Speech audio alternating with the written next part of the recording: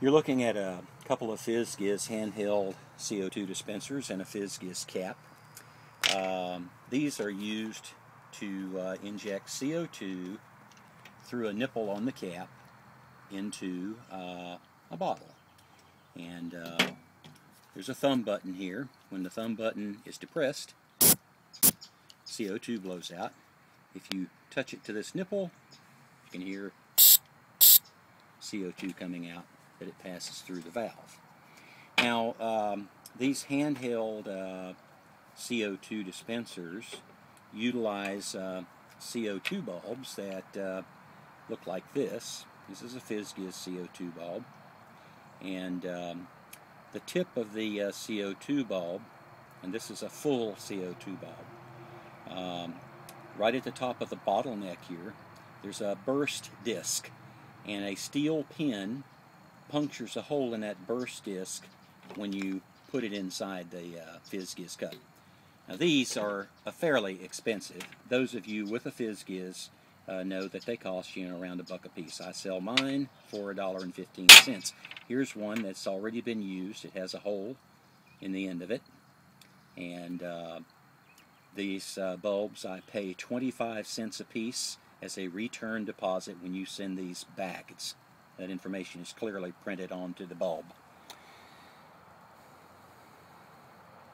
Okay, now the FiZZ dispenser cup screws off the bottom, and you would put a FiZZ bulb into the cup, and you would screw it on, and this one's already been punctured, and then mashing the thumb button would release the gas.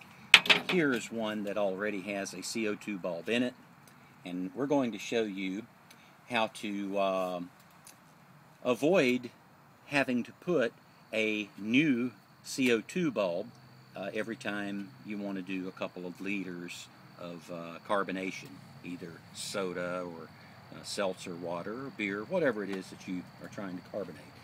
The first thing is we use a little different CO2 bulb. This CO2 bulb will be replaced with one that looks like this.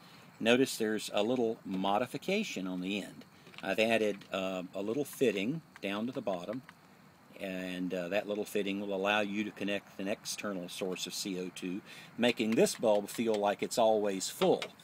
So we're going to take this bulb and we're going to put it inside the FiZZ. You can see the nipple connector that comes out the bottom, and if you screw the device together, now you've got a bulb, and there's nothing in it, of course, but we're going to hook something up to it to let you see how to have a virtually unending source of CO2 to power your FiZZ handheld dispenser. Here is a base unit that will screw on top of a paintball tank. These two items together here will provide a source of CO2 to feed to the handheld. So I'm going to show you how this works. This particular CO2 bottle is an on-off valve type. This is what I recommend.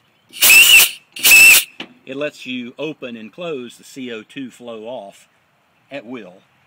And cool thing is you can put this on, just screw it on, very simple. Okay, so now you have it, and if you turn it on,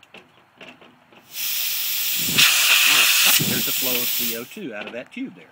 So let's take the tube and let's use the CO2 from it. Okay, very simple.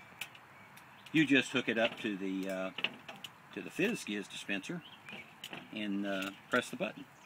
So I'll show you how easy that is to do. We're going to hook it right here. Just push it on, wiggle it back and forth a few times, and now get everything on here. Now you have CO2 through your FiZZ. This has about 100 times the capacity of one of these little bulbs here.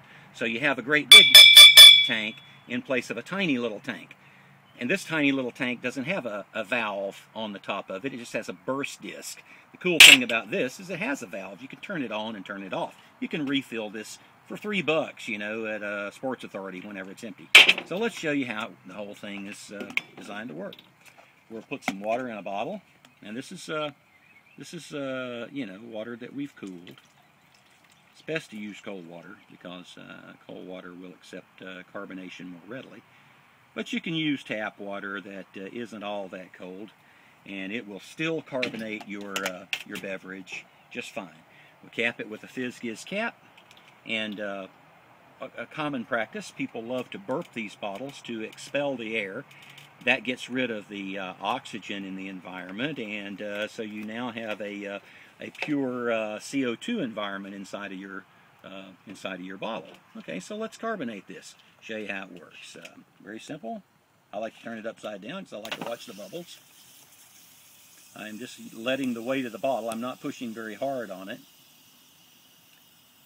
And we're pressurizing the contents in there to about 100 psi. The bottle is now pretty hard.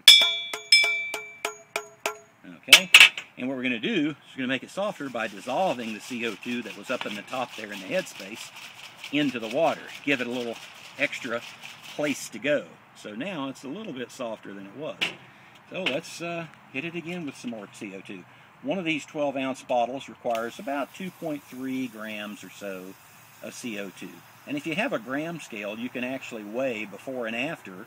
And when you've got 2.3 grams of CO2 in your bottle and in your environment, then you're fully carbonated. You don't have to worry about what's the pressure. No, just weigh it, and that way you can tell how much CO2 is in the bottle. Usually 3 injections, or squirt, shake cycles, I like to call them. Squirt, then shake to mix, is sufficient to get really, really adequate carbonation. Now I'll let that sit for just a moment, but you can see that, you know, blowing CO2 out of a great big bottle that's really, really cheap to fill. And if you want to take the top off of this, you just turn the valve to the off position, bleed the CO2 from the system. Okay, so now it's bled. Pull this loose and no air is blowing out. Unscrew this. Okay, now you've got your paintball tank. You take it and get it refilled. You've got your home station base unit, and you can put it away for you know, storage. No problem.